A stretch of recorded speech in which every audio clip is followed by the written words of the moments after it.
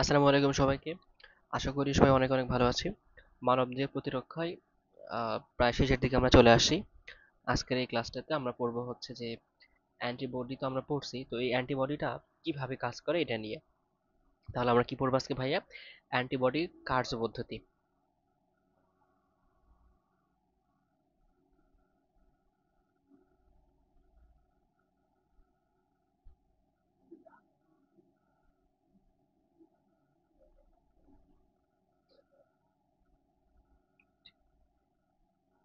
So দেখো, normally আমাদের একটা অ্যান্টিবডি কি ছিল, এরকম হচ্ছে একটা ওয়াই শেপের ছিল, রাইট?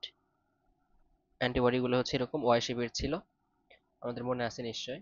এবং এই ওয়াই শেপ গুলো কি করে, এরা হচ্ছে কোনো একটা জীবাণুকে ধরে, তার সঙ্গে জীবনের সঙ্গে ধরার পরে তাকে সেখান থেকে কিছু প্রসেস করার পরে সেটাকে চেনায় দেয়, অথবা কিভাবে ধ্বংস করতে হবে সেটা করে দেয়।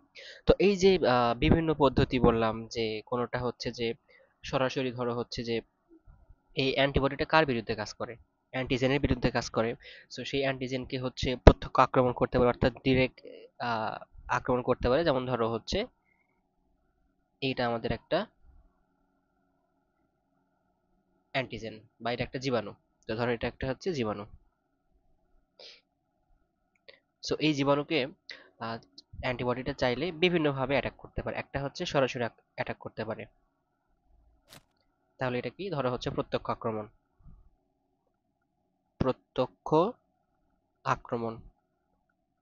আচ্ছা, প্রত্যক্ষ আক্রমণ করতে পারে। অথবা চাইলে হচ্ছে যে কমপ্লিমেন্ট যে প্রোটিনটা আছে সেটাকে সক্রিয়করণ করতে পারে। আমরা পড়ছিলাম না যে 20 প্রকারের কমপ্লিমেন্ট প্রোটিন আছে যারা কি করে, চেনানোর কাজ করে। তাহলে কি করে, কমপ্লিমেন্ট প্রোটিন সক্রিয়করণ। কমপ্লিমেন্ট প্রোটিন সক্রিয়করণ। এবং এই দুইটার পরেও যদি আরেকটা স্টেপ নিতে পারে, সেটা হচ্ছে যে এই যে জীবাণুটা আছে, জীবাণুর বংশবৃদ্ধিটা বা বিস্তারটা প্রতিরোধ করতে পারে। তার মানে কি, সংক্রমণের বিস্তার প্রতিরোধ। বিস্তার প্রতিরোধ, তার মানে দেখো, আমরা এই তিনটা ভাবে কোনো একটা জীবাণুকে আমরা হচ্ছে ধ্বংস করতে পারি, বা অ্যান্টিবডিটা কাজ করতে পারে। তাহলে অ্যান্টিবডির কার্যপদ্ধতি ভাই কয় প্রকার? 3 প্রকার। একটা হচ্ছে যে অ্যান্টিজেন বা জীবাণুর বিরুদ্ধে প্রত্যক্ষ আক্রমণ, অথবা কমপ্লিমেন্ট প্রোটিন সক্রিয়করণ, এবং 3 নম্বরে হচ্ছে বিস্তার প্রতিরোধ। এখন এই প্রতিটার আবার হচ্ছে আলাদা আলাদা করে বেশ কিছু প্রসেস আছে। যেমন ধরো,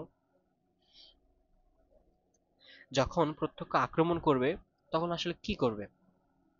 অ্যান্টিবডির যে ফাইনাল যে আমাদের ডেস্টিনেশন, সেটা হচ্ছে জীবাণুকে ধ্বংস করে দেওয়া, অথবা সেখানে হচ্ছে ফ্যাগোসাইটোসিস করা, রাইট?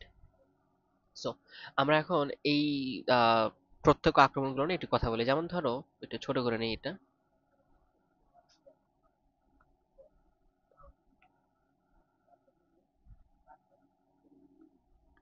ওকে, ধরো হচ্ছে আমরা এখন পড়ব প্রত্যক্ষ আক্রমণ।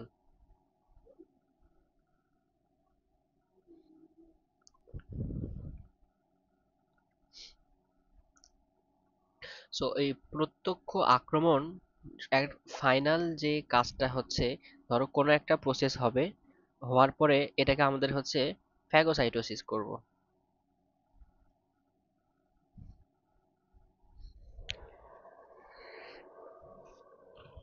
সো ফ্যাগোসাইটোসিস করব, ধরো এখানে কোনো একটা প্রসেস এখানে হবে, হওয়ার পরে সেটাকে আমরা ফ্যাগোসাইটোসিস করব। এখন কি কি প্রসেস এখানে হতে পারে? যেমন ধরো, কোনোভাবে যে এটা আমাদের একটা জীবাণু আসছিল, তো এই জীবাণুকে যদি আমরা আমাদের অ্যান্টিজেন দ্বারা, এরকম ধরো অ্যান্টিজেন দ্বারা এরকম একটা হচ্ছে ঘিরে ফেলে একটা হচ্ছে দোলা পাকায় ফেললাম, বা একটা স্তূপ করে ফেললাম।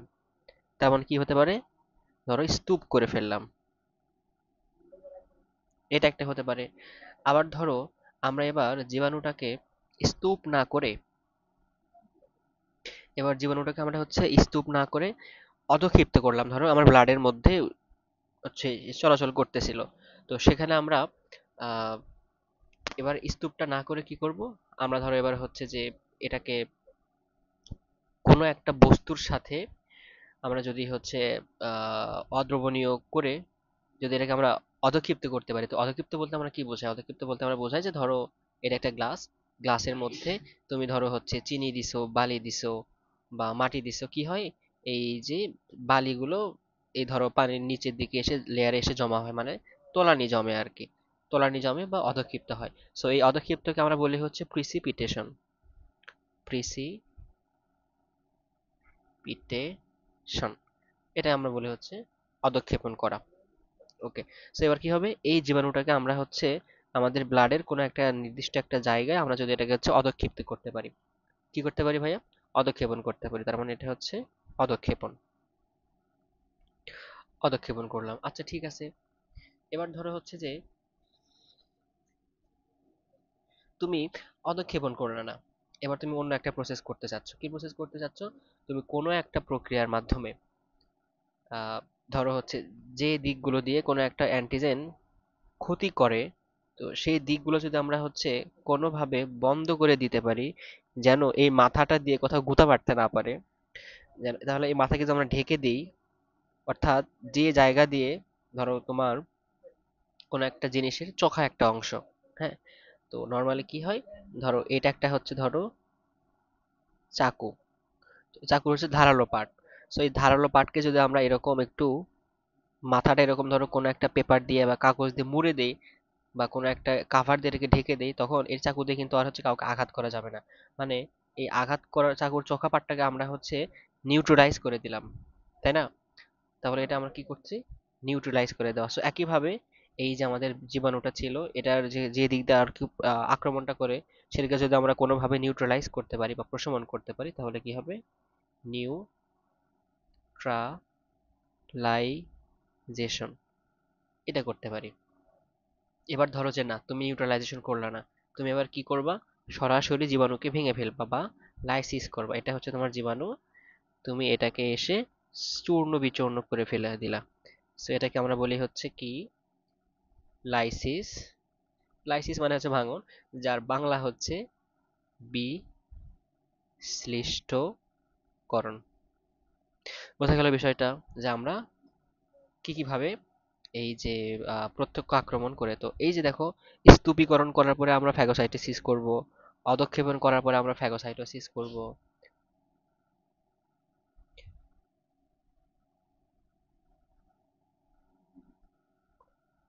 সো তার মানে দেখো, ফ্যাগোসাইটোসিস করবো, তারপরে আমরা নিউট্রালাইজ করে দিলে সেটাকে এখন দেহের মধ্যে রাখবা না ফ্যাগোসাইটোসিস করবো, ইটস আপ টু ইউ। এরপর লাইসিস করে দেওয়া মানে ভেঙে ফেলে দেওয়া। সো তার মানে প্রত্যক্ষ যে আক্রমণ, এটা আমরা শিখে ফেললাম অলরেডি। ওকে, প্রত্যক্ষ আক্রমণ শেষ হয়ে গেল। প্রথমে আমরা স্তূপীকরণ করব। স্তূপীকরণ বলতে আমরা কি বুঝি? যে নর্মালি কি হয়, কোনো একটা অ্যান্টিজেনের সাথে আমাদের অ্যান্টিবডি যদি বিক্রিয়া করে, সেটাকে দলা পাকিয়ে ফেললাম, নিশ্চল করে ফেললাম বা নিষ্ক্রিয় করে ফেললাম, তাহলে সেখানে আমরা কি কি করতেছি? ধরো যে স্তূপীকরণে আমরা কি কি করছিলাম ভাইয়া, যে দলা পাকানো, দলা পাকানো, এরপর দল পাকানো, তার মানে করে নিশ্চল করে ফেলেছি আমরা, নিশ্চল করে ফেলছি বা নিষ্ক্রিয় করে ফেলছি, রাইট? নিষ্ক্রিয় করে ফেলছি। সো এগুলো করার পরে কি করে আমরা, এগুলো করার পরে এটাকে আমরা হচ্ছে ফ্যাগোসাইটোসিস করে ফেলি স্তূপীকরণের মাধ্যমে। আচ্ছা, এরপরে ধরো হচ্ছে অধঃক্ষেপণ। অধঃক্ষেপণ জিনিসটা কি? প্রিটিসিপেশন, সরি, প্রিসিপিটেশন। তাহলে যে প্রক্রিয়ায় কোনো একটা দ্রবণীয় অ্যান্টিজেন, যেমন ধরো হচ্ছে টিটেনাস টক্সিন, নর্মালি তো এরা কি করে রক্তের মধ্যে দ্রবণীয় হয়ে থাকে, তো সেগুলোকে যদি আমরা হচ্ছে অদ্রবণীয় করতে পারি, অদ্রবণীয় করতে গেলে কি হবে? এদের আশেপাশে এমন কোনো একটা লেয়ার দিতে হবে যেটা এই পানিতে বা রক্তের মধ্যে দ্রবণীয় হবে না। যদি দ্রবণীয় না হয়, তখন সেটা কি করবে? তলানি হিসেবে জমবে বা হচ্ছে অধঃক্ষিপ্ত হবে। সো তখন কি হবে? এই আমাদের দেহের মধ্যে এরা হচ্ছে অধঃক্ষিপ্ত হবে। অধঃক্ষিপ্ত হওয়ার পরে সে কি করবে? ফ্যাগোসাইটোসিস করে আমাদের দেহ এটাকে গ্রাস করে ফেলবে। আচ্ছা, এরপর নিউট্রালাইজেশন বা হচ্ছে যেটাকে আমরা বলি প্রশমন। প্রশমনের ক্ষেত্রে কি হবে ভাইয়া? প্রশমনের ক্ষেত্রে এই যে আমাদের যে ক্ষতিকর যে অ্যান্টিজেন আছে, মানে জীবাণুটা আছে, সেটাকে কি করবে? যে ধরো যে প্রক্রিয়ার মাধ্যমে অ্যান্টিবডি কোনো অ্যান্টিজেনের ক্ষতিকারক অংশগুলোকে ঢেকে রাখে, মানে আমি একটু বললাম না, যেমন হচ্ছে চাকুর চোখা অংশ, যেখানে হচ্ছে আমরা,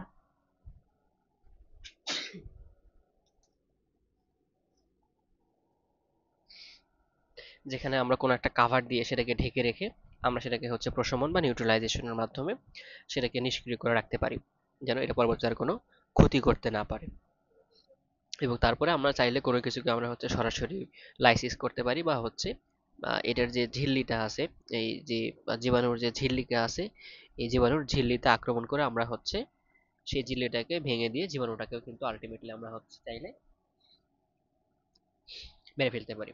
সো এটা আমাদের গেল হচ্ছে প্রত্যক্ষ আক্রমণ। এবার আসে হচ্ছে কমপ্লিমেন্ট প্রোটিন সক্রিয়করণ।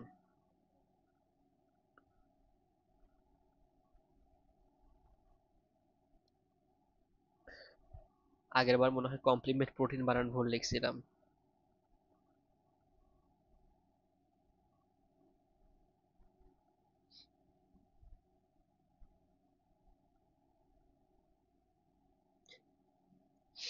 দেখো আমাদের এগুলো মনে আছে কিনা, যে আমরা পড়ছিলাম যে আমাদের দেহে প্রায় 20 প্রকারের কমপ্লিমেন্ট প্রোটিন আছে বা প্লাজমা প্রোটিন আছে, যারা কি হিসেবে কাজ করে, কমপ্লিমেন্ট প্রোটিন হিসেবে কাজ করে। তাহলে এখানে কি ছিল, 20 ধরনের।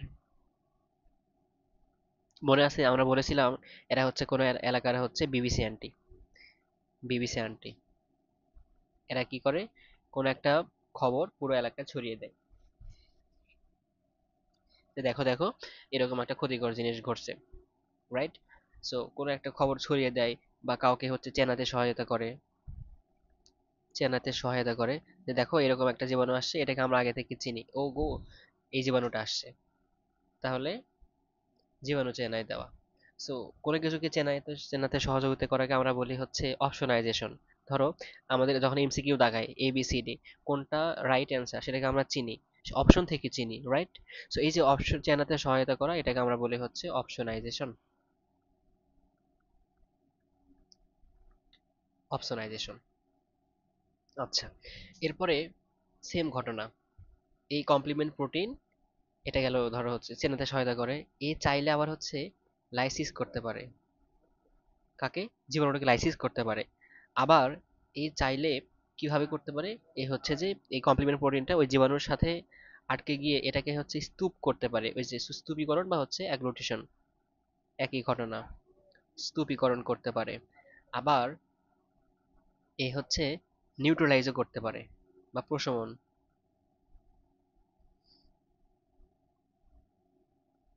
দেখো আগে যে একটু আগে আমরা পড়লাম যেগুলো প্রত্যক্ষ আক্রমণ, সেগুলো কিন্তু এ করে দিচ্ছে। আচ্ছা, নিউট্রালাইজেশন অফ ভাইরাস, এই হচ্ছে ভাইরাসে নিউট্রালাইজেশন করতে পারে কমপ্লিমেন্ট প্রোটিনটা। এবং ফাইনালি যেটা করতে পারে সেটা হচ্ছে কেমোটেক্সিস। কেমোটেক্সিস বিষয়টা কি ভাইয়া?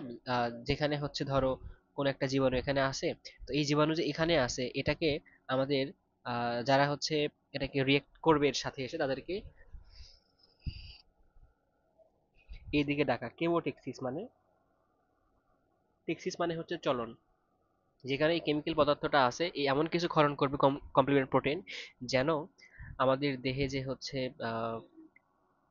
ফ্যাগোসাইট যেগুলো আছে এই ফ্যাগোসাইট গুলো এই জীবাণুর দিকে হচ্ছে ধাবিত হবে। কারণ কি, ওই যে ওই কেমিক্যাল ক্ষরণের ফলে ফ্যাগোসাইট গুলো এদিকে চলে আসবে। সো দেখো তার মানে এবার আসি আমাদের হচ্ছে প্রথমত অপশনাইজেশন। অপশনাইজেশনে কি হয়, কোনো এক কিছুকে হচ্ছে চেনায় দেয়। হুম, যে ধরো দেহে কোনো একটা হচ্ছে ব্যাকটেরিয়া প্রবেশ করলো, তো তখন কি হবে, এই যে অ্যান্টিজেন, এই অ্যান্টিজেনের গায়ে হচ্ছে অ্যান্টিবডি যে কমপ্লেক্স গুলো আছে বা কমপ্লিমেন্ট প্রোটিন আছে, সেগুলো এসে এখানে যুক্ত হবে। তো এখানে যুক্ত হওয়ার ফলে কি হবে, যুক্ত হওয়ার পরে আমাদের ওই যে নিউট্রোফিল আর হচ্ছে ম্যাক্রোফেজকে আছে, এদেরকে ফ্যাগোসাইটোসিসের জন্য এরা হচ্ছে ডাকবে। আহ, দেখো আমরা এখানে যুক্ত হয়ে আছি, তোমরা এখানে আসো, এসে হচ্ছে একে ভক্ষণ করে ফেলো। তো এই যে চেনাই দেওয়ার যে ব্যাপারটা, এটাকে বলা হয় অপসোনাইজেশন। আচ্ছা, তারপরে বিশিষ্টকরণ বা হচ্ছে লাইসিস। লাইসিস মানে কি, ভেঙে ফেলা। এটা তো তোমরা পারবাই আশা করি। স্তূপীকরণ, এটাও পারবা। ভাইরাসের প্রশমন, কমপ্লিমেন্ট প্রোটিন এনজাইম কিছু একটা ক্ষরণ করে এই ভাইরাসকে নিষ্ক্রিয় করে দিতে পারে। আর কেমোটেক্সিস তো বললামই। ওকে, আরেকটা যে কাজটা করে সেটা হচ্ছে মাস্ট কোল আর হচ্ছে বেসোফিল সক্রিয়করণ। মাস্ট কোষ ও বেসোফিল সক্রিয়করণ। তোমাদের কাজ হচ্ছে, আমরা মাস্ট কোষ এবং বেসোফিলটা পড়ছিলাম আহ, এর আগের ক্লাসগুলোতে। এই মাস্ট কোষ এবং হচ্ছে বেসোফিল সক্রিয়করণ এটা হচ্ছে নিজেরা নিজেরা পড়বা এবং হচ্ছে আমাকে বিষয়টা জানাবা যে আসলে ভাইয়া এটা কিভাবে কাজ করে। আশা করি পারবা। করা হয়ে গেছে আমাদের। এবার আসো ফাইনালি লাস্ট স্টেপ, সেটা হচ্ছে যে সংক্রমণের বিস্তার প্রতিরোধ। বিস্তার প্রতিরোধ। ওকে। সো বিস্তার প্রতিরোধ মানে কি, এটা জানা হচ্ছে এখান থেকে আর ছড়াতে না পারে, এটাকে ফিক্সড করে দেওয়া।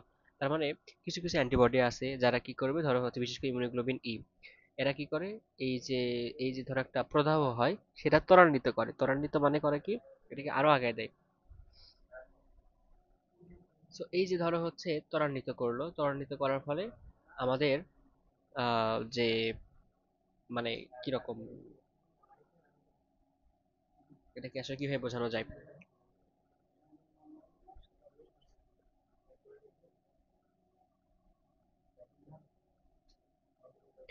নর্মালি দেখো একটা আমরা পড়ছিলাম কিনা যে কোনো ধরো কোনো একটা জায়গায় তুমি হচ্ছে এখানে একটা জীবাণু দ্বারা আক্রান্ত হইছো। জীবাণু দ্বারা আক্রান্ত হইলে এখানে কি কি স্টেপ হতে পারে, প্রথমত হচ্ছে সেটা হচ্ছে লাল হয়ে যায়।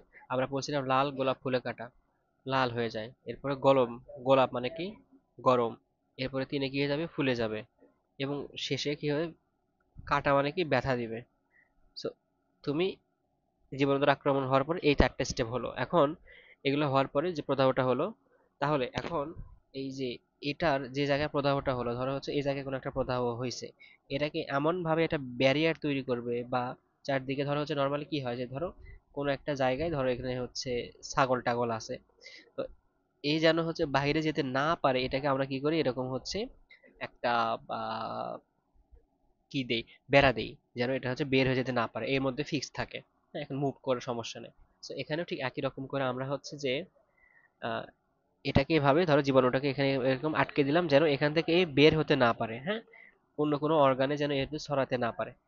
তো এই যে বিস্তারটা প্রতিরোধ করে দিচ্ছি, এটাকে আমরা মেইনলি বলি হচ্ছে সংক্রমণের বিস্তার প্রতিরোধ। এবং এখানে যেটা বেশি হেল্প করে সেটা হচ্ছে ইমিউনোগ্লোবিন এ। তোমরা অবশ্যই পড়াইছি এটা, ইমিউনোগ্লোবিনটা কি জিনিস আসলে। আচ্ছা, এবার এবার আসে হচ্ছে যে আমরা এটা তো বুঝতে পারলাম। এবার আমরা আসি অ্যান্টিজেন বা হচ্ছে ইমিউনোজেন। সো অ্যান্টিজেন নরমালি হচ্ছে দুই প্রকার। অ্যান্টিজেন হচ্ছে দুই প্রকার, একটা হচ্ছে এক্সোজেনাস এবং আরেকটা হচ্ছে এন্ডোজেনাস। দেখো এক্সো মানে কি, এক্সো মানে হচ্ছে বাহিরে, আর এন্ডো মানে কি ভেতরে। ভেতরে মানে এক্সোজেনাস বলতে কি বোঝায়, বহিরাগত। আর এন্ডোজেনাস বলতে আমরা বুঝি হচ্ছে আমাদের ভেতরে যেটা থাকে আর কি, সেটা। যেমন ধরো হচ্ছে যে এক্সোজেনাস কি, ভাইরাস ব্যাকটেরিয়া ছত্রাক এগুলো বাইরে থেকে আসে আক্রমণ করে, এটা হচ্ছে এক্সোজেনাস। আর এন্ডোজেনাস কি, যেমন আমার দেহের মধ্যে যেগুলো হতে পারে, যেমন হচ্ছে প্রোটিন অ্যান্টিজেন, এরপরে হচ্ছে ফরসম্যান অ্যান্টিজেন, টিউমার স্পেসিফিক অ্যান্টিজেন, এগুলো হচ্ছে কি এন্ডোজেনাস। এখান থেকে এমসিকিউ দিবে কোনটা এক্সোজেনাস কোনটা হচ্ছে এন্ডোজেনাস। এবার আসো অ্যান্টিজেনের ধর্ম, প্রপার্টিস অফ অ্যান্টিজেন।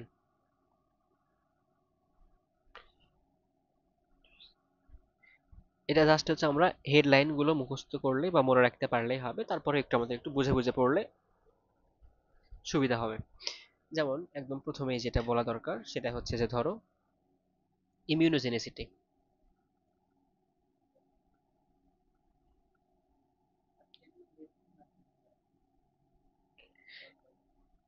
ইমিউনোজেনেসিটি কি, যে ধরো অ্যান্টিজেন প্রাণীদেহের লিম্ফোয়েড টিস্যুকে যে উদ্দীপ্ত করে, যেন হচ্ছে অ্যান্টিবডিক যে রিয়াকশনটা করে, যে এই রিয়াকশন করাটাই হচ্ছে ইমিউনোজেনেসিটি।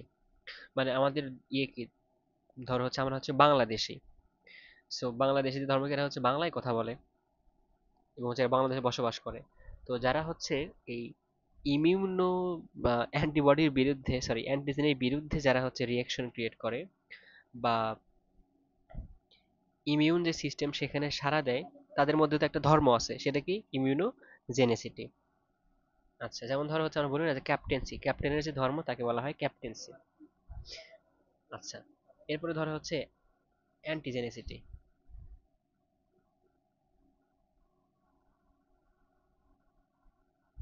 বানান ভুল হতে পারে, বাংলাতে যেহেতু ছিল সেখান থেকে জেনি, আচ্ছা জেনিসিটি।